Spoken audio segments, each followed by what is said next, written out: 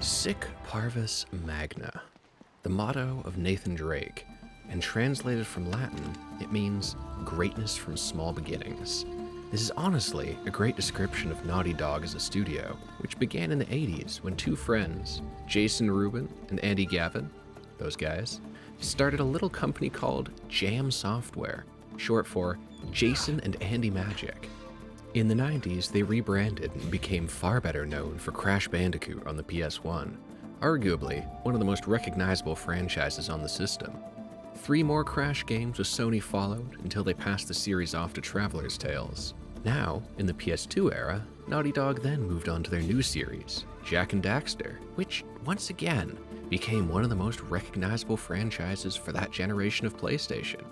Continuing this trend, with the launch of the PlayStation 3 only a year away, they started work in 2005 on something simply titled Project Big.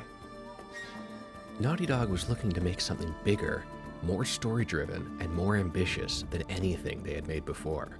They brought in Amy Hennig as creative director and had Richard Lamarchand as lead game designer, both of whom had originally worked for Crystal Dynamics on titles such as the Soul Reaver series.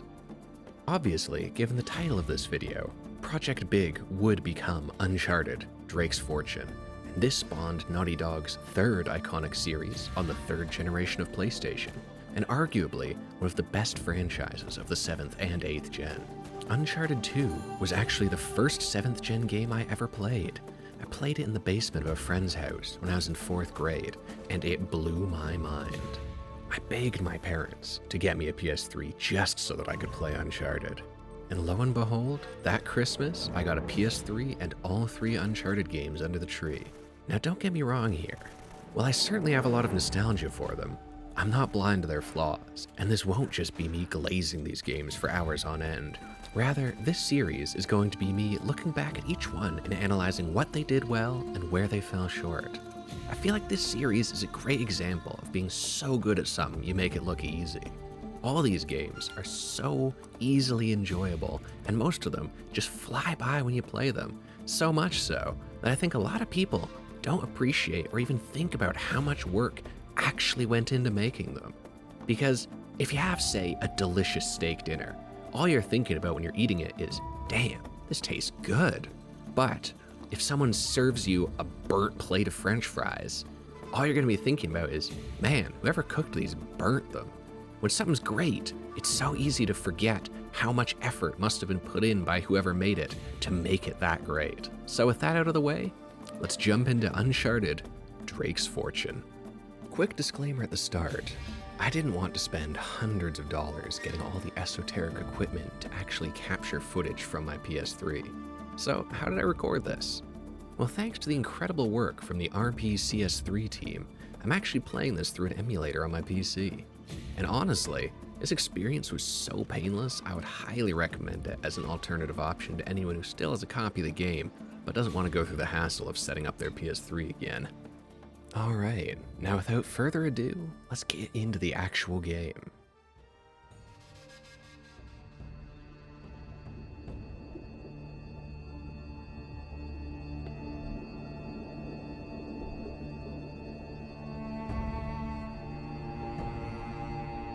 It starts off with that quote from Sir Francis Drake, a trend that continues throughout the whole series. And it's a great way to introduce the clever ways this game twists real history to make its treasure hunting narratives. Soon after, we get this really cool transition to the deck of a ship where we meet 2 of our main characters, Nathan and Elena. And so starts Chapter 1, Ambushed. We are now introduced to the first of the 3 pillars of Uncharted gameplay, the combat. While nowadays, Gears of War gets the credit for popularizing cover systems in third-person shooters, Uncharted actually came out the same year as Gears 1 did, so you can argue that it was honestly just as influential as Gears was for popularizing the cover shooter subgenre as a whole. However, in this iteration, it is sadly one of the rougher aspects of the game. While you're in cover, it works just fine. You pop in and out of cover fast, and the aiming is snappy and responsive, but getting out of cover, and especially transitioning into new cover, the issues start to show themselves a little bit more. Later combat arenas with more cover and more action exacerbate the problem. Additionally, I have to apologize for my truly horrific aim. I transitioned to being primarily a PC gamer when I was about 12, and I've never gone back, so my aim with a gamepad is frightfully bad. So I'm sorry if it bugs you, but trust me, it was worse for me than it is for you. After the shooting tutorial, we get the tutorial for melee combat, which, despite the devs mentioning it as a core focus for the game, is basically non-existent. You simply mash the melee button and just take down an enemy. Oh, that was easy. If they had a more in-depth melee system, it might have caused issues if you had to stay out of cover for a more extended period of time. I do, however, think that some kind of throw system would have been really cool. You know, keep up that action movie vibe to the fight scenes. You finish off an enemy, you could just toss him over a ledge, or push him over a railing, or maybe off a cliff. Adding some more of those emergent cinematic moments to the gameplay, really making you feel like you're Indiana Jones or something. But with how basic the system is, I'm glad that at least they never force you to use it, so it never really becomes a hindrance to the gameplay. Just a missed opportunity in my eyes. Now that the fighting is over, we get introduced to our final main character, Victor Sullivan, who might just be my personal favorite. Well, Nate is the devs' attempt to make their own unique take on the treasure hunting adventurer. Sully is more the classic adventurer stereotype. He's more of an overt scoundrel than Nate is, a cigar-smoking ladies' man with a questionable past. He gets a lot of the best lines in the game. Something about this feels kinda hinky. Hinky. And his voice actor, Richard McGonigal, is absolutely killing it in this performance. Back on shore, we get the real setup for the plot. This is a good time to talk about one of the game's greatest strengths, storytelling. The cutscenes are fantastically well done in general. Some of this is certainly thanks to them bringing in a TV director named Gordon Hunt to direct the cutscenes. And the second factor is the use of motion capture, which was still in its infancy in the games industry when Uncharted was developed. Naughty Dog wanted people used to not only voice acting, but physical acting as well. So they brought in actors from film and television to play the characters, and Gordon Hunt directed the motion capture sessions just like you would any other live action media. In addition, they had the actors record their dialogue during the motion capture sessions. This adds so much to the cutscenes, as the actors were able to genuinely bounce dialogue off each other face to face, and react to what the other actors were doing in person. This created such genuine chemistry between the characters, especially Nate and Sully. You totally believe they're old friends with a storied past. You're a real gentleman, Sully. I know. It stinks. She'll get over it. Something else I find very impressive here is that with mocap being so new, facial capture wasn't really a thing yet, so all the facial animations had to be hand-keyed, and in the behind-the-scenes footage, you can see the insanely detailed facial animation rigs the developers came up with, adding details such as facial deformation when opening mouths or moving eyes. It all comes together to give the characters a really lifelike feel, but without any of the uncanny valley you can get when going for photorealistic characters.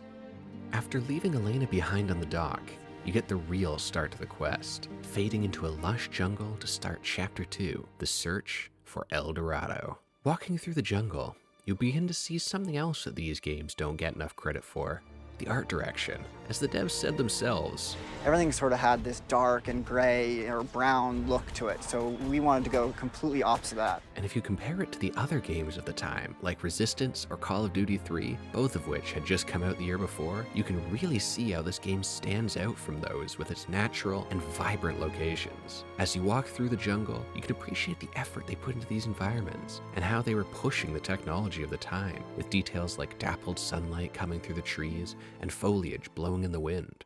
Compared to anything on the PS2, this stuff is pretty crazy. Coming to the spot marked on the map, we get introduced to the second pillar of Uncharted gameplay, the platforming. Given Naughty Dog's history, the platforming is unsurprisingly pretty great. It is a bit unconventional though. In most platformers, the interest comes from the mechanical challenge of platforming, getting enough speed to make a long jump, precise landings, mid-air maneuvering, that sort of thing. However, Uncharted does away with all that by making the actual mechanical aspects of platforming incredibly simple. You just aim Nate in the right direction and then jump, and thanks to built-in magnetism towards ledges, you don't even have to be that precise. What greatly helps this mechanically simple platforming still feel good is the animations. They give Nate a real sense of weight and a momentum as you move around, while also never slowing down the gameplay or making it feel too clunky or sluggish. Unlike a Rockstar game, for example, where controlling your character can feel a bit more like driving a car, controlling Nate is snappy and responsive, while also maintaining a great fluidity in the animations. They blend so seamlessly into each other to really help Nate feel like a real person you're controlling, rather than just a digital avatar. The platforming is further assisted by the presentation. You aren't just running and jumping, you're clambering over ancient ruins, swinging above 1,000-foot drops, having the ground underneath you crumble away as you barely make the leap to the next platform. While it is often very scripted, they do a good job of making it not feel scripted. You can't always tell when a handhold or a platform is gonna give out, so it makes you really feel like you're in Nate's shoes when you land on a rock, only to have it start to slide out, leaving you to quickly spot the next handhold to jump to. It's those moments of sudden excitement or tension, combined with the often stunning backdrops of the platforming, that really help it reinforce that fantasy of being a treasure hunter on the quest for some long-hidden mystery, retracing the lost history of the world's greatest myths. The final element that is often used to make the platforming more interesting is also one of the biggest strengths in Uncharted: how the storytelling is intertwined with the gameplay. The devs said they didn't want to take away the player's control while telling the story. They wanted the player to feel like they're part of the story, rather than just an observer. One of the most common ways they do this is having characters talk to each other while you're platforming or exploring. Since the platforming is not very mechanically demanding, you can easily shift your attention to the dialogue during these sections. And it's often how the devs deliver exposition and historical details. You know, exposition, it's the Saskatchewan of storytelling. Not the most interesting, but you gotta get through it to get to the more interesting bits. So using fun character dialogue is a great way to add those details in, because platforming is more interesting when you get to listen to the characters banter while you're doing it. And the exposition is a lot easier to get through while you're platforming listening to it. Win-win overall. As we enter the ruins, I want to mention a couple of small details I enjoy. Firstly, since I'm a ridiculous nerd who likes to roleplay as whatever character I'm supposed to be, I appreciate when the game either lets me manually holster my weapons, or in this case has the character do it automatically when I'm out of combat for enough time. In other games, when you have to run around with your gun out all the time, it just starts to feel a little goofy or out of place. Secondly, I also like that when Nate and Sully pull out their flashlights and Nate clips onto his iconic shoulder holster, the light actually follows where your body is pointing rather than where your camera's aiming. It's a tiny detail, but again, it draws you into the world and just helps Nate feel more like he physically exists in this world. Moving further into the ruins, we're introduced to puzzle solving, the final pillar of Uncharted gameplay. Puzzles in Uncharted are very similar in design to the platforming. Rarely do you have to figure out what you're supposed to do. Usually you just have to figure out how to actually do it. For example, in this first puzzle, Nate's notebook straight up gives you the answer, showing which symbols to push and in what order. The puzzle is determining how to get to each one of the symbols in the right order. Personally, I'm not crazy about this style of puzzle, as it tends to just hold your hand way too much. In the first game especially, they require basically no critical thinking, and the puzzles feel more like a device to break up the sections between combat rather than actual gameplay elements. I understand that having genuinely difficult puzzle-solving sections could really kill the pacing if you got stuck on them. It also feels like the devs went too far in the other direction, making the puzzles so easy you barely have to think at all. Continuing deeper into the ruins, we can see another element that helps the platforming feel good: the way Nate's animations inform your pathfinding. In some platformers, especially in ones like this where the platforming is more scripted and rigid, it can be incredibly frustrating when you try to jump to something only to discover it wasn't the intended path, and your character just slides off or doesn't grab a ledge that you can totally see. Uncharted has an elegant solution for this problem though. When you're aiming to jump to another ledge, Nate will reach out for the ledge if it's something you can jump to. This really helps alleviate what could otherwise be a very frustrating element, and it helps them keep the platforming elements a little more subtle in the environment, because you can always aim at something and see if Nate reaches for it. You don't need a gaudy visual indicator for what is or isn't a climbable surface. They also often use the lighting of the level to highlight things that might not be immediately obvious as a handhold. Again, a simple but elegant solution, rather than the now ubiquitous yellow paint. even further in, and we get to a section that I find quite funny knowing Naughty Dog's history. As in this section, you run towards the camera as something chases you while platforming on grid-based platforms. Kinda reminds me of some other game they made, though can't think of which one. At the back of the ruins, we find the evidence of where something used to be, and we get an example of something else I like in these games, the way they throw in interesting bits of real-world history to support the more fantastical stories they come up with. Of course. El Dorado, the Golden Man. Sully, it wasn't a city of gold. It was this. It was a golden idol. Much like the National Treasure movies, by weaving real history in with their own fabrications, they make it all feel just believable enough to be fun. You can almost imagine that secrets like this might actually exist out there if you just knew where to look. This scene also starts a trend of some very nice foreshadowing for something that happens later on in the story. And look here, these people, they're worshipping the damn thing. At least, I think they're people. After finally escaping the ruins, Chapter 3 starts, and we get one of my favorite set pieces in the whole game, the U-boat sequence, which is one of only a handful of things I actually remembered about this game before playing it again. I just love the whole vibe of objects showing up in places they shouldn't be. It really creates such a fun and sometimes creepy vibe. I think this is a great example of it, and the placement on the edge of the waterfall is just an inspired choice. But there is the obvious question of, how the fuck did that actually get here? Well, Nate says, Must have come up the river during flood season and gotten stuck. and well, honestly, they probably could have just had him say, no idea, and it would have made more sense. But you know, rule of cool and all that, so I'm not too upset. I think the great visual of the sub on the cliff's edge is well worth the leap in logic for how it got there. The fact that it was so vividly burned into my memory from a single playthrough over 10 years ago should definitely testify to that. Afterwards, we get some more good platforming and banter before we get inside the ship itself. When was your last tip? Oh, that's funny.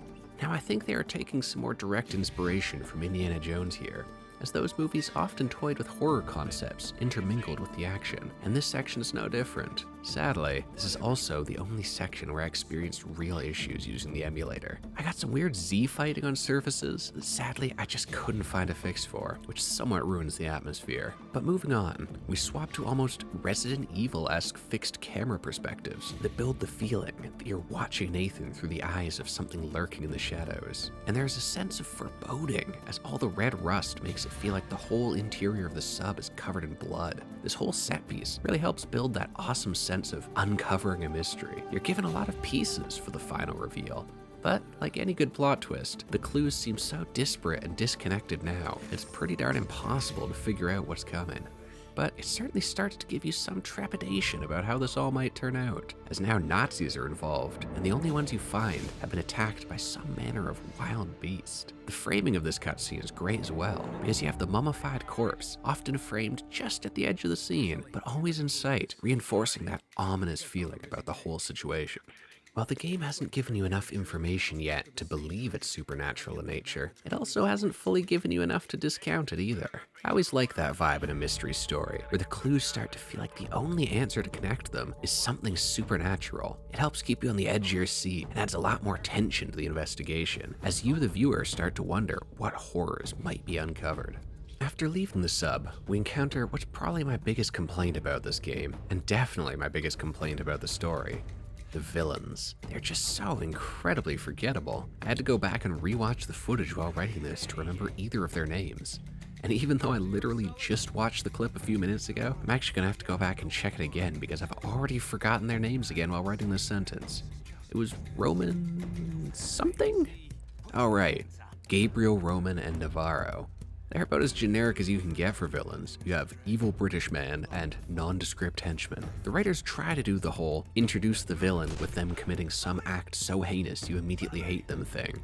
But when they shot Sully, I just did not buy it. He had too much screen time, and these guys had literally no introduction before this. So even as a kid, I was like, nah, ain't no way he's actually dead. And unsurprisingly, I was completely right. Well, they steal the map we just got, and then the U-boat explodes, and Nate makes a run for it. We tear down the path before running back into a familiar face, Elena. Now's a decent time to talk about her, as I think she's quite a well-written character, in contrast to both those villains we just ran into. Compared to almost every other game from this era, she's actually an extremely competent, smart, and very self-sufficient woman, instead of being a damsel in distress that we have to rescue when she gets in over her head, as is the cliche. She's actually the one who saves Nate most of the time, and hell, she's only here because she tracked Nate and Sully despite them thinking she was so naive they could just leave her at the dock and take the treasure for themselves. Also, her design is actually realistic and not overly sexualized like a lot of games from this era, and while she isn't wearing a ton of clothing, it makes sense for the tropical jungle setting, and there's no unnecessary cleavage despite the tank top. Because of all this, I do wonder why she seems so surprised when guys with guns come chasing after Nate, since an entire submarine just exploded a few hundred feet away, and there's enough gunfire for a people's uprising. But nonetheless, she has a gun to give us, and we're back into the combat. Something else which helps keep the combat feeling pretty good is how enemies react to getting shot. While the sound design is pretty tinny for most of the guns, the enemies react well enough to still make the guns feel impactful. I especially like any game where you can shoot an enemy holding a grenade and make them drop it on their cohorts.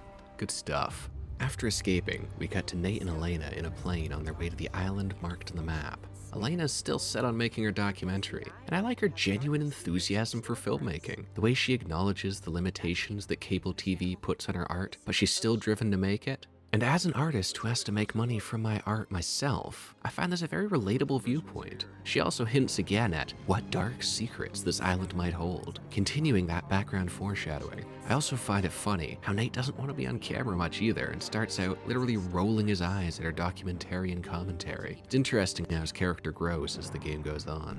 Stuff happens, the plane crashes, we bail out and get separated, and that moves us on to Chapter 4, Plane Wrecked. Now that we are on the island, we will basically be in nothing but combat sequences for a good while, so now is a good time to expand on some of my issues with the combat system. First thing is that the cover system is not as user-friendly as I would like. I mentioned it earlier, but you don't quite have enough magnetism onto the cover, and you have to be quite close to cover for Nate to duck behind it properly. And as the dodge roll is done with the same button as taking cover, this can sometimes create awkward scenarios where you're a little too far away from the cover and just dodge roll towards it without actually ducking behind. Or where you're trying to dodge away from cover, for example, if there's a grenade thrown at you, and you just end up going into the cover next to you or going back into the cover you were already in. But as I said, this game was really a pioneer in the modern style of cover shooter, so I can cut it some slack, but it still doesn't feel great when one of those issues gets you killed. On that note, I want to talk about difficulty too.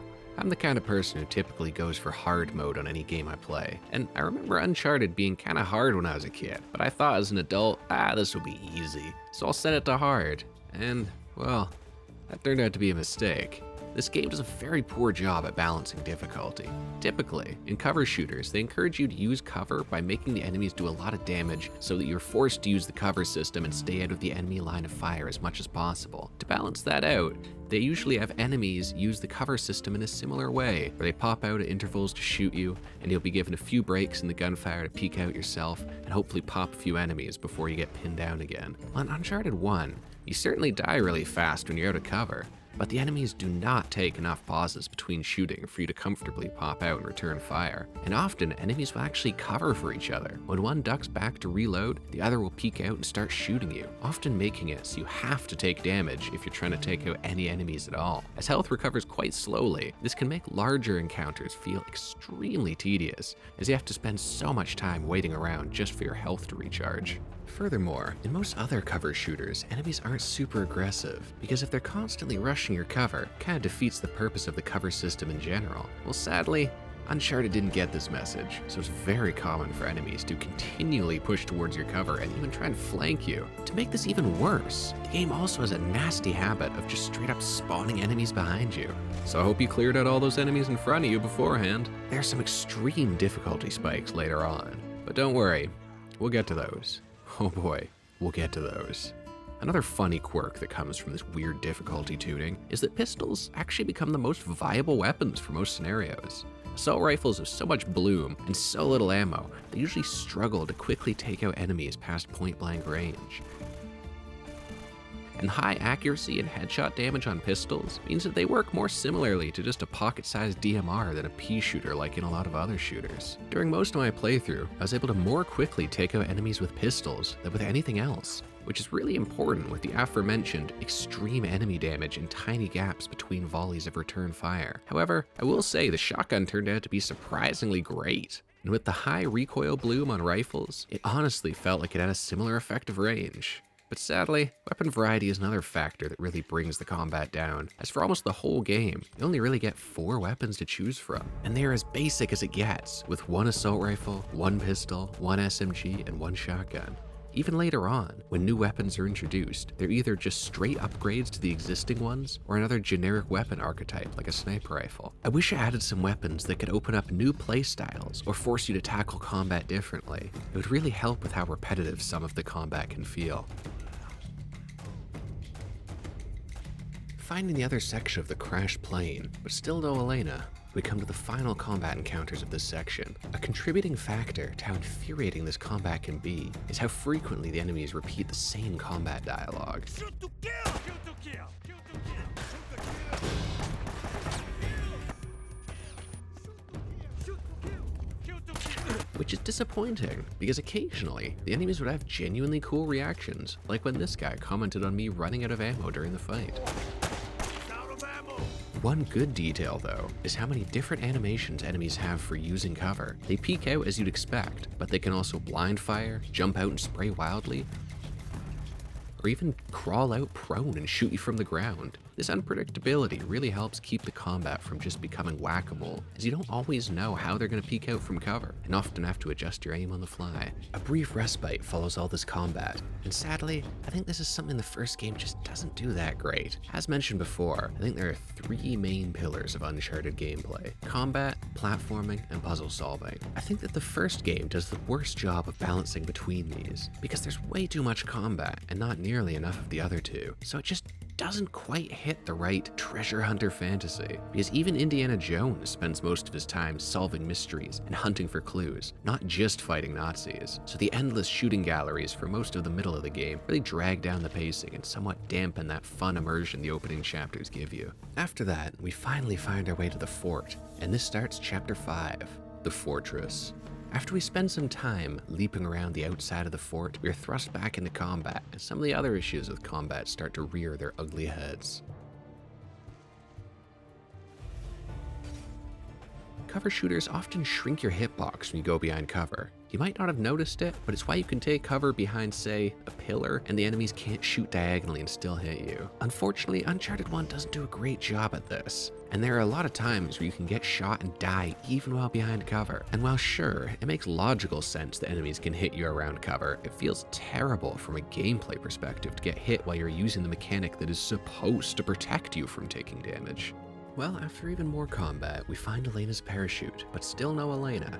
After ziplining down a cable using his pistol, which is super cool by the way, Nate ends up in a radio outpost where he finally spots Elena, still hard at work on a documentary despite the obvious risk to her safety. Before Nate can do anything though, the radio squawks and the mercenaries call in. And now is a good time to talk about Nate himself as a character, because I really like him. This is a great example of what I like, because when the mercs call in speaking in Indonesian, it turns out he can speak fluent Indonesian himself. He has that same quick wit and encyclopedic knowledge that makes a character like Indiana Jones or Nicolas Cage as Benjamin Franklin Gates. Yes, that is actually his name in those movies. So fun to watch. But something which I think makes Nate even more fun than those other characters is how much genuine enthusiasm he has for this stuff. He always gets so excited when he's talking about history, and full credit to Nolan North here, as he totally sells the almost dorky level of enthusiasm Nate has for history. I like how despite his sometimes bumbling actions, he's a very smart man, and that bumbling quality helps with making him likable, as the devs specifically said they wanted him to be relatable rather than feeling like a superhero. They wanted him to make mistakes and be more of an everyman. As they put it, what we found is that it's Drake's imperfections that make him believable. It's him stumbling, it's him not perfectly landing correctly every time. And so one of the things that we wanted to do with him is make him a kind of an everyman put into an extraordinary situation. And we hope that comes across, that he doesn't do everything perfectly every time. He's really just a guy in a t-shirt who finds himself in a difficult situation and has to rely on his wits a lot to save the day. For the most part, this works quite well in his favor, and he manages to be the underdog in almost every situation he's in, despite having the upper body strength of a small elephant to be doing all this parkour without even breaking a sweat. Although, of course, I can relate to that too, being somewhat of a specimen myself. Oh, yeah. Also, it's a tiny detail, but I find Nate's stupid pirate belt buckle quite funny. Definitely feels like something designed to be cool in the early 2000s. As we progress further, we get to the infamous water room. This is one of the only other things I remembered from playing this game as a kid. I remembered this section being unreasonably hard, so I went in bracing myself. Interestingly though, I didn't find it quite as bad as I thought I would. It only took me a few tries to get it right, but it did certainly highlight all those previously mentioned flaws with the combat system. I basically had to just memorize all the enemy spawns because it frequently just spawns enemies right behind me. I also had to make sure that I took them out as fast as I could, because a lot of the cover in this room had that issue of still being able to get shot while behind it. That, combined with the enemies spawning right behind you and their general aggressiveness, really makes this room suck. However, we still haven't reached the best example of these issues though. That's still to come. Also, side note, but what happened here? This dude just straight up phases through the wall. No clue. Maybe there are some dark magical secrets going on this island. Once through that room, we get some more simple platforming and puzzle solving before we get on to Chapter 6, Unlocking the Past. Nicely, this chapter starts out with a break from the combat, which I sorely needed after that last section. But it also highlights another aspect this game hasn't quite figured out yet. While I praise Nate for being a fun character, he's always at his best when he has other characters to banter with. So this whole extended section of Nate being alone can get kinda dull. And when this next puzzle actually had me stumped for a little while, it made me realize how much heavy lifting the scenery and dialogue were doing in those other exploration and platforming sections. Jumping around these stone courtyards without the background chatter of Nate and Sully from earlier really wasn't as interesting as the earlier platforming was. Sadly, after this it's just more combat arenas for the rest of the chapter. We do get one twist on combat that I think is pretty fun. Some cover's actually destructible. If you spend too much time behind it, the enemy's bullets or grenades will slowly wear it away. While some of the other combat failings can make this a little frustrating, I think that overall it's a good way to keep the combat interesting by forcing you to swap cover more often rather than simply humpering? The fuck am I on about? By forcing you to swap cover more often rather than simply hunkering down once you find a good spot. As we progress, we learn that not only the Spanish, but Francis Drake himself came to this island. And as we move on to this balcony, I think now's a decent time to mention how good this game still looks. In the behind the scenes videos, the devs spend a lot of their time talking about the tech behind this game, how they wanted to make sure that their first next-gen game truly looked next-gen. Two of the biggest things they focused on were textures and lighting.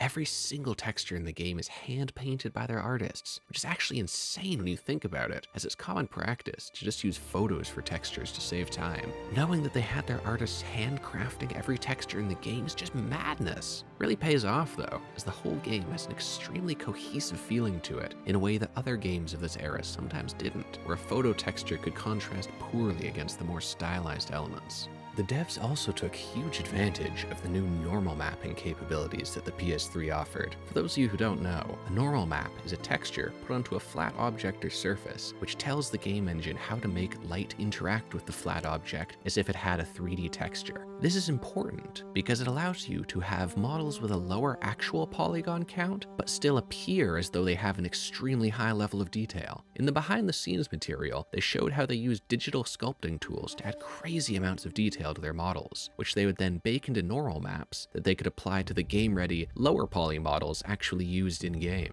Another advantage of normal maps is that you can animate them as well. So notice, for example, how Nate's shirt wrinkles as he walks. This is something that would be very intensive to both render and animate on the actual model, but can be easily achieved with normal maps and really adds a layer of detail that immerses you in the world. The other big thing they focused on was lighting, from dynamic shadows to seeing the exposure adjust when we walk from dark to light areas. They put a lot of attention and effort into the lighting. It still holds up well, and that, in combination with the very intentionally designed textures and normal mapping detail, really helped this game look good even today. The handcrafted textures and saturated colors help to give it a subtly stylized feel that adds a timeless charm to the art style.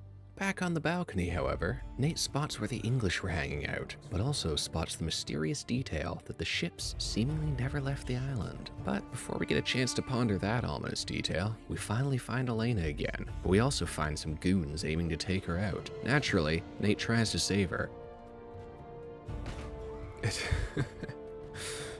Sorry, one more time. Nate tries to save her, but ends up with him being the one to get captured. Waking up in an old cell in the fortress, we get introduced to a new character, Eddy Raja. Hey, Drake. The existence of Eddy is frustrating to me, because even in this single scene with him, he has more personality than Roman and Navarro combined. Daikujin, you were never very good at poker. Since he also has the means and the motivation to be hunting the treasure, I don't understand why they didn't just make him the main villain. We also spend way more time with Eddy than we ever do with Roman, so they could have easily cut Roman out entirely and had us bantering with Eddy instead. I also like how Eddy further reinforces the steadily growing sense of unease about this island, as he comments on his men getting picked off. Once again, we can imagine this is just a weirdly abstract way for him to comment on how many of his men Nate has gunned down, but it could also be referring to something else. Before we linger on that too long, Elena is the one to come rescue us. In a fun subversion of the classic damsel in distress trope, she's the one who gets away and comes back to rescue Nate. This puts us on to Chapter 7, Out of the Frying Pan. This is the first iteration of what becomes an iconic staple of the Uncharted series, the convoy section. As it is an action movie classic, each Uncharted game is some form of car chase section, and honestly, I'd forgotten that it started with Uncharted 1. As with most everything else in this game, this is something that is improved on in every way by the sequels, but that's not to say there's nothing good about this first iteration. This first version is simply a turret section. Elena drives while you shoot a turret off the back of the Jeep. One of the details I like about this is that if you manage to shoot the driver off of one of the chasing vehicles without blowing up the vehicle, you'll see it careen off into the trees and crash, rather than just blowing up, which is what most games do when you're engaging in vehicular combat. It's also a very ambitious set piece, lasting multiple minutes and transitioning through multiple environments, starting out in the lush jungle, going into the caves, then finally ending on seaside cliffs. This is a great example of Naughty Dog just flexing the power of the PS3 to be able to stream new level geometry for this long with no loading screens. After getting cornered on a cliff, we get another scene with Eddy, and it once again shows why he should have been the main villain. His completely unhinged antics and ability to match Nathan's one-liners make him a way more fun antagonist than Roman or Navarro, who you might have noticed we haven't even seen since the beginning of the game. After some back and forth, Nate drives off the cliff into the water below, and we move on to Chapter 8, The Drowned City. This is a section where not only the graphics tech, but the art direction itself really shines. This crumbling city overgrown with vegetation and half sunk into the water is just an awesome setting. The color palette of the bright greens and reds against the off-white bricks really pops. We also get another lead on the treasure, and another moment of Elena showing how smart she is when she identifies the customs house where all the ships would unload their cargo. If El Dorado came to this island, there would be a record of it in there. However, Nate also points out that his goons have a boat parked outside the customs house too, which would be their ticket out of here. With a small army after them, he's looking to take it. In another fun reversal of expectations, it's actually Elena who wants to keep going, because while he's happy to just get off the island while he still can, she wants to find the treasure and finish her documentary. Like, once again, it shows that she is just as competent and confident as Nate is. Sadly, once all this fun story stuff is over, the chapter takes us to the other most infamous section of the game, the jet ski, which Nate and Elena hop on to head further into the sunken city. For how hyped up this was, I honestly didn't find it too bad, and I actually had some fun. You get a grenade launcher with infinite ammo, and crashing the jet ski into walls doesn't hurt you, so the floaty controls aren't really an issue here, and the splash damage from the grenade launcher helps with the natural imprecision of aiming from a moving vehicle. Honestly, after all that combat back to back, this and the turret section were a welcome change of pace for me. Sadly, the devs struggled to add enough variation to the generic combat encounters in the game. They have this extremely robust parkour and climbing system, and some pretty solid third-person shooting mechanics, but they barely ever mix the two of them together. It's a real missed opportunity. Even if the enemies are very basic, having to fight them while hanging off a cliff or while jumping between ruined buildings can make the combat way more exciting, even if the enemy and weapon variety is so low. Reaching the customs house, we get some more ominous dialogue from Elena. I'm just saying, Something bad happened here. The whole colony doesn't just up and vanish. Before disembarking and finding the doors locked tight, but there's a conveniently placed zipline from a nearby tower that could get us into an upper window. Now, with a suitably contrived plan in place, we engage in some more of that aforementioned basic combat. After more pointing and shooting and a touch of platforming, we're back on the jet ski and heading into Chapter 9, to the tower. After another jet ski section, which I still don't think is as bad as everyone says, we disembark once more and once again engage in even more of that basic combat. You might be noticing a pattern with this game. It's really formulaic in its gameplay. This has got to be one of my least favorite chapters in the game from a gameplay perspective. You explore for a few minutes, then you get a bunch of combat encounters, then you kill all the enemies and explore for a few more minutes, then you shoot more bad guys, etc., etc. This is why I suggest that they should really have combined these elements more. The formula continues until we get to the top of the tower and use the previously mentioned conveniently placed zipline to finally get into the customs house and unlock the door for Elena. This whole section had me thinking, why can't we just use Elena's infinite ammo grenade launcher to blow up the door? Because at this point, the combat encounters are starting to feel like padding. The game is at its best when it's mixing its gameplay systems together, combining the great storytelling with the platforming, or making combat more diegetic, where combat feels like it's either a fight for survival or a means to progress the story. But now we're doing nearly an hour of combat simply to unlock a door. But regardless of that, we have finally reached Chapter 10, the Customs House. Now that we are inside, we get treated to a very fun cutscene. Finding the records room gets Nate excited about the history they are uncovering, and Elena starts up her camera again. And it's fun to contrast this with the earlier scenes where Nate is so dismissive of her documentary, as now he's really getting into it and playing to the camera. You can really see some chemistry building between them as the adventure brings them closer and forces them to rely on each other. In the ship's manifest, we finally get our first look at our treasure, El Dorado. Once again, Elena comments, "This thing gives me the creeps." This is reinforced by the rest of the manifesto simply being blank after the entry for El Dorado. The game is certainly driving home the idea that something isn't right here. We also learn about the iconic ring Nate wears on his neck, which is apparently an heirloom from Sir Francis himself. After saying that this illustration is the closest they'll get to El Dorado, Nate and Elena once again head for the boat, which leads to another series of long combat encounters moving through the customs house, until Elena convinces Nate to let her stay behind and to come and pick her up when he gets the boat. Both Nate and us know she's up to something, but he lets her go anyways. Whatever that means. And we're on to Chapter 11, Trapped. Now, I don't think anyone who hasn't played this game understands just how much combat I'm cutting out of this summary. It's crazy how much of the middle of this game is nothing but back-to-back shooting galleries.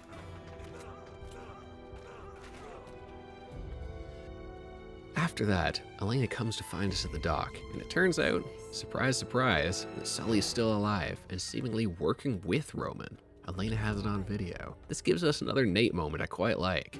Despite him going on about how he just wants to pack up and leave, the moment he sees that Sully is still alive, there's no question. He's got to save him. But no, Sully's a lot of things, but he's not a backstabber. Despite Elena's misgivings, Nate is sure that Sully hasn't betrayed him, and now the quest is back on. Shortly afterwards, though, Elena loses her camera, and honestly, I wish she kept it, because it's just so funny to me to imagine if her documentary actually got made. Her film would start out with them illegally raiding a shipwreck before getting into a gunfight with pirates, and as them fighting a small army of mercenaries and chasing after a mythological treasure that turns out to be real, while also having this guy she met just gunning down hundreds of people. How the hell do you explain that to your TV network? Well, after a bit more combat, we end up at a river and enter my actual least favorite chapter in the game. Chapter 12, Heading Up a River. This chapter starts us off with another jet ski section, and this jet ski section is actually as awful as the other ones were hyped up to be. Instead of fighting off enemies, we're mainly shooting explosive barrels coming down the river at us, and instead of a grenade launcher, you only get a pistol. Aiming the pistol at the barrels while the jet ski is moved automatically by the current with no aim assist truly sucks. is made even worse by how fast the barrels move and how hard it can be to spot them sometimes. Furthermore, the floaty, imprecise controls for the jet ski are made so much worse in the cramped confines of the river. And with the current fighting you, it's nearly impossible to control with any kind of precision. I died way too many times trying to get past this section, and I can easily say that I did not have any fun while doing it. But with the worst finally behind us, we move on to Chapter 13, Sanctuary?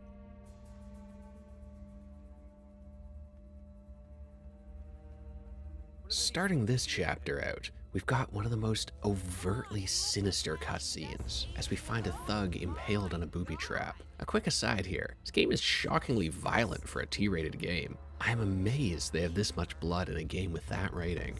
I guess they're keeping the tradition going with Raiders having that PG rating and scarring so many children with that face-melting scene at the end. But anyways, this is so sinister because as Nate points out, this wasn't made by the Spanish, and you find some ominous footprints near the trap. This really brings back all the foreshadowing from earlier in the game about Eddie losing his men in the forest, and about all the weird vibes from depictions of El Dorado. Something is definitely wrong with this island. And honestly, I love this. As I said earlier, when you hint at a potentially paranormal explanation for the mystery, it really gets the imagination going. And I love that it just keeps you guessing, because once again, there could also be normal explanations for this, but it presents it in such an uneasy way that it really gets you feeling a little creeped out. After heading deeper into the jungle again, we finally get introduced to a new enemy type. These dudes with laser sights who do huge damage if you don't dodge while they lock onto you. They do help shift your playstyle somewhat. It allows them to have more sections where you don't have to rely on cover and fight them in more open arenas using the dodge to avoid damage, so that's nice. As we continue, it's just more combat, then more platforming, then combat again, until we finally make it to the library where they're holding Sully. About time you showed up. Well, you're looking awfully good for a corpse. So you brought the girl after all, huh? The girl? Hey, if it wasn't for her, you wouldn't be getting rescued right now. If this is a rescue. What the hell does that mean? You gotta admit, Sully, this all looks a little shady. Yeah. I mean, you tipping those guys off. And miraculously showing up alive? None of that matters now. All right, so how is it you're standing here breathing and all, huh? You are not gonna believe this. Huh? No way. Old Francis took a bullet for you. Yeah. I like that after this, when you check the notebook, you can actually see the bullet hole through the pages. It's a fun detail.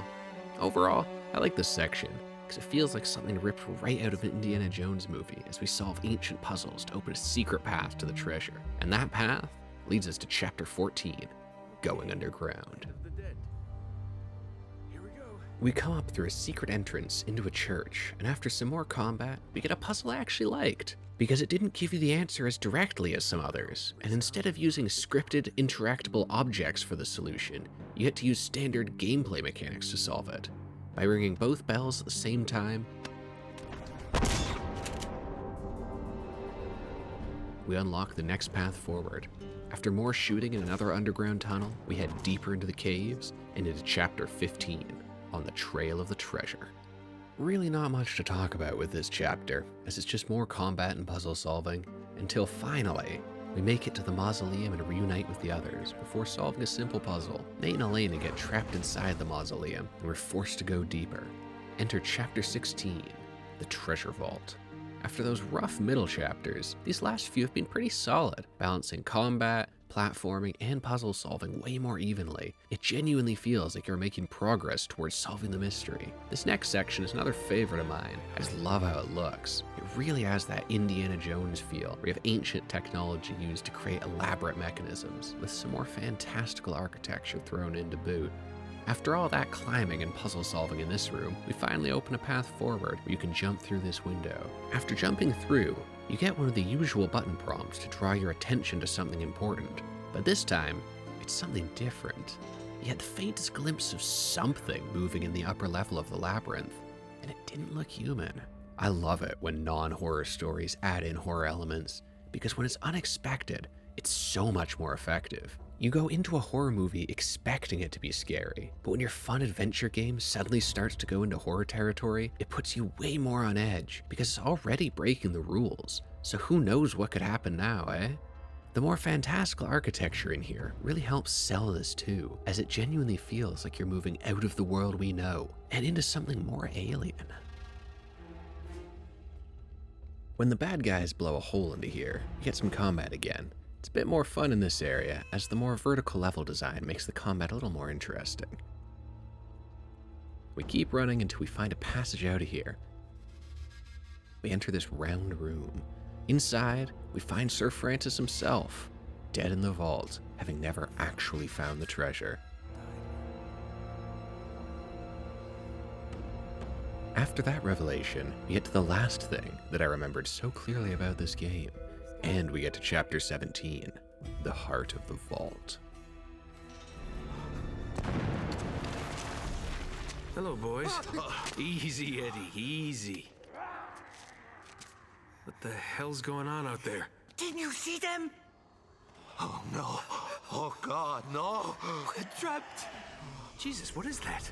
We're dead. We're all dead.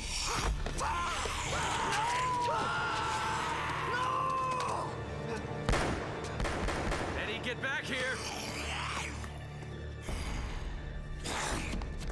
Oh, crap. Jake, if we don't make it out of here, I just want you to know, I hate your guts. Yeah, likewise, pal. Now let's do this. Now this is just insane. As a kid, I had no idea this is where it was all going, and my reaction was basically something like this. Jesus, what is that? We're dead. We're all dead. I actually found this so scary that I quit right here and never finished the game. Coming back to it now though, I kinda love it. Sure, it's ridiculous and it completely shatters any sense of realism it had before this point, but honestly, playing through it a second time, this is foreshadowed so heavily that I think it works really well. It's the kind of thing that's really rare to see in any story, where it takes a hard genre change from action-adventure to horror fantasy. Also, from a gameplay perspective, it finally does what I wanted earlier and completely shakes up the combat. Instead of cover-based stop-and-pop shooting, we get basically the horde survival of a zombie game. They rush you with their claws instead of shooting at you from a distance, and you have no cover at all to hide behind. It's a welcome switch-up. After a long holdout section that can honestly be pretty damn tough, we get another great Nathan moment. That's right, you ugly kunyuk! Don't mess with Eddy Raja!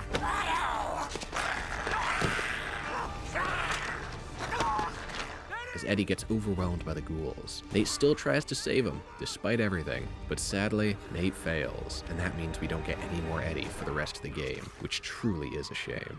At least he went down swinging. What a champ. As we finally get out of the pit and start to make a run for it, I appreciate that the characters are suitably freaked out about all this. At the end of the tunnel, however, we get a second twist. It ends with a metal vault door that our heroes run through, before ending up in a seemingly modern industrial room full of rusted pipes and concrete. Nate? Okay, I don't think they can get through this. Nate, What? where are we? This is the second twist in 5 minutes, and maybe it's too much. But again, I also kinda like it. Just like every Indiana Jones story, it somehow always comes back to the Nazis. Turns out that U-boat in the Amazon was able to let the Germans know where to look before it got stranded. It does bug me, however, that Nate and Elena seem far more focused on the treasure than the literal supernatural beasts that just chased them here. And thus starts Chapter 18, The Bunker.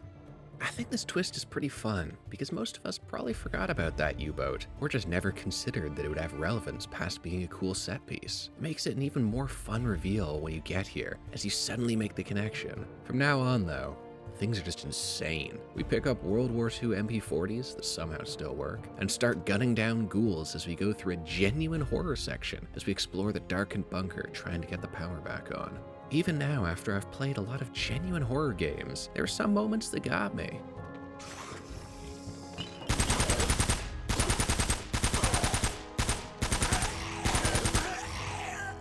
The sound design for the ghouls, combined with the restricted environments, it can be genuinely unnerving.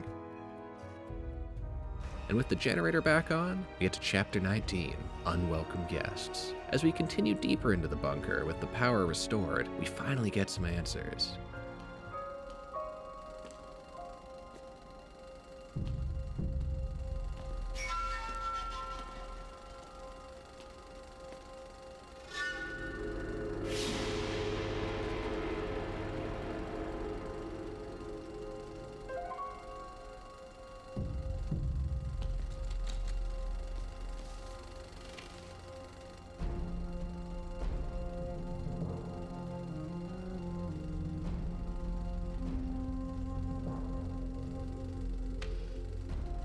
Is near.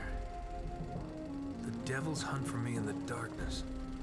The gold of El Dorado bears a terrible curse. The Spaniards have unleashed hell, become as demons. My men have all been murdered, leaving the task to me alone. No ship will depart this island. I destroyed them all and drowned the cursed city. A thing of such great evil must never leave these shores. In my final hour, I commend my soul to God. May he have mercy on this unholy place. Francis Drake. I like this reveal because once again, it finally explains all the clues we've been seeing up until now, and gives a fairly satisfying explanation for how things ended up like this, while also not trying to explain what the actual curse is, which is great, because the theater of the imagination is always more exciting than whatever the writers could come up with. As we finally find our way out of the bunker, Elena gets captured, and we enter the home stretch with Chapter 20, Race to the Rescue. I love how as everything is starting to fall apart, we emerge onto a blood-red sky. Going along with the themes of demons, it feels like literal hell itself is getting unleashed. The once seemingly peaceful ruins take on an ominous tone with the red sky and harsh lighting, making it feel like divine punishment for disturbing this cursed island. We go through some more combat in the ruins of the city, and move on to what is truly the single worst combat encounter in the entire game. The goddamn church fight. This is the worst encounter in the game. My God. This has every single... Excuse me for one moment.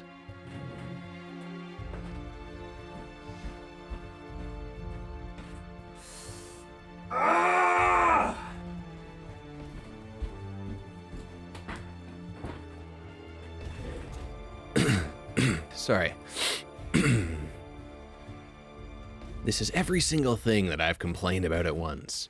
Enemies are wildly aggressive, they push and flank you constantly, they team shoot, making it nearly impossible to get any damage in yourself, and the inaccuracy of your weapons really becomes a pain in the ass at these ranges. The enemies themselves even have better ranged accuracy than you do. All this is made so much worse because the only checkpoint is at the very beginning of the encounter, meaning if you die to even the final enemy, you have to do it all over again. This was really the moment where I wished I'd just played it on normal or easy, and it also made me consider the psychological horror that there were still 2 more difficulties higher than this one. Ooh. But finally, after literally half an hour on that single goddamn room, we get to Chapter 21, Golden Bones. Chasing after Elena, we get our first look at El Dorado in the flesh, but also we get a look at Roman, Navarro, and the captive Elena. Nate and Sully get ambushed and all hope seems lost, until Navarro's real intentions are revealed and he double-crosses Roman, tricking him into opening the golden statue, which turns out to be a giant golden sarcophagus.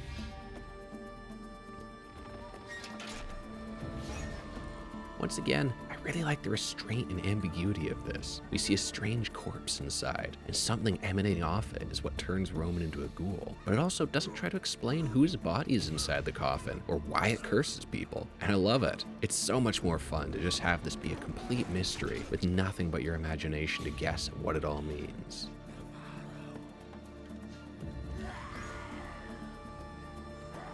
After shooting Ghoul Roman in the head, Navarro reveals that he knew about the curse and intends to sell it on the black market as a bioweapon before running off with Elena and airlifting the coffin out through the roof. In the following chaos, Nate and Sully break free and Nate grabs onto the coffin as it's lifted away. With that, we enter the final chapter, Chapter 22, showdown. Unfortunately, this is definitely the worst part of the whole game. The whole chapter is a final boss fight against Navarro, who, as you might be able to tell from how little I've been able to talk about him, has no personality and who we really just don't care about. So it doesn't help at all that this final boss fight sucks mechanically and is a disgusting difficulty spike. We don't even get to fight Navarro himself. We just have to survive waves of goons with little to no ammo as Navarro takes pot shots at us. After 3 waves of this garbage, where if you die at any point, you have to start the whole section over again, we chase Navarro up some stairs, and the final encounter is decided with a QTE. Of course. Sadly, after all the praise I've had for this final quarter of the game, the ending itself is a huge letdown. This is something that the series struggles with in almost every game, always ending in a final boss, and most of them suck. Naughty Dog just seems to struggle figuring out how to transfer the mechanics of the rest of the game into making engaging boss fights. It also felt like that last scene with Navarro really opened up a lot of possibilities for where this story could go. But with that fight finally over, the game just ends. With Sully managing to escape the ghouls and steal a boat that's loaded with Spanish gold, our heroes literally sail off into the sunset together. Sully, you beautiful son of a bitch! So as the credits roll, what do I think of this game overall? Well, it's a real mixed bag, and a lot of that is due to it being the first of the series. Naughty Dog was really pushing new boundaries here, both in graphics and the kinds of games they could make. They had never really made something so ambitious before, and unfortunately, you can kind of tell. They struggle to pace it well, as even though the game only took me about 6 hours to beat, and can be beaten in as little as 3.5 if you aren't playing on hard, it still has sections that drag. They didn't seem to have quite enough story to fill out the game, and Nate spends too much time alone, which gets a little boring. Combat is also pretty rough at times, though it's also nowhere near as bad on lower difficulties. The gunplay is decently satisfying, and the enemies react well to getting shot, but the sound design for guns is really weak, and as I said, the flow of combat can feel really awkward. In this outing, there are sections where the Indiana Jones fantasy of being a modern-day treasure hunter is realized, but too much of that is relegated to the cutscenes, while too much of gameplay is just mindless combat. They have the foundation of something great here though, and there are sections of the game that really shine. The idea of a true, modern-day treasure hunter is really cool, and I love how it makes you almost believe that these kind of mysteries could still exist in the real world. And the way it mixes in tidbits of real history totally add to it. The characters are also great. I love all of them, and they're pretty well written too. I believe in the romantic tension between Elena and Nate, and I totally believe in the years of friendship between Nate and Sully. But sadly, the whole thing gets dragged down by the repetitive combat, the lack of variety in environments, and the poor pacing. It is at its best when you're getting a great mix of gameplay elements, switching between platforming, shooting, and treasure hunting. So it makes those moments in the middle, where you're doing nothing but shooting for extended periods, really stand out in a bad way. I would still recommend playing it though, but I set the game to easy so that you can blitz through the combat, as the best parts of this game are everything in between. There's a reason this game still has a cult following of people who say it's their favorite game in the series. Something about the visual style and the genuine horror turn in the final act just give it such a unique vibe that the series never really came back to. I'm brought back to the start of this video. Sic Parvis Magna. Greatness from small beginnings. And if this is the small beginning, we can only go up from here. And deep breath. Whew, that was a long video. Thank you very much for making it all the way to the end. I hope you enjoyed it, because I certainly enjoyed making it. While it was certainly a lot harder to try and capture the experience of an entire game, rather than just a single part of it I liked like in my last video, I had a lot of fun playing through this game while writing the video and looking at it with a critical eye. It really made me appreciate Naughty Dog's work in a new light, which I never really had when I played through this as a kid, and also finally finding out how it ended, which was part of what motivated me to do this. So, once again, I'll say, if you enjoyed the video, really appreciate it if you gave it a like and subscribed. I learned a lot making this one, and I hope you enjoyed it a lot watching it. I will see you again next time.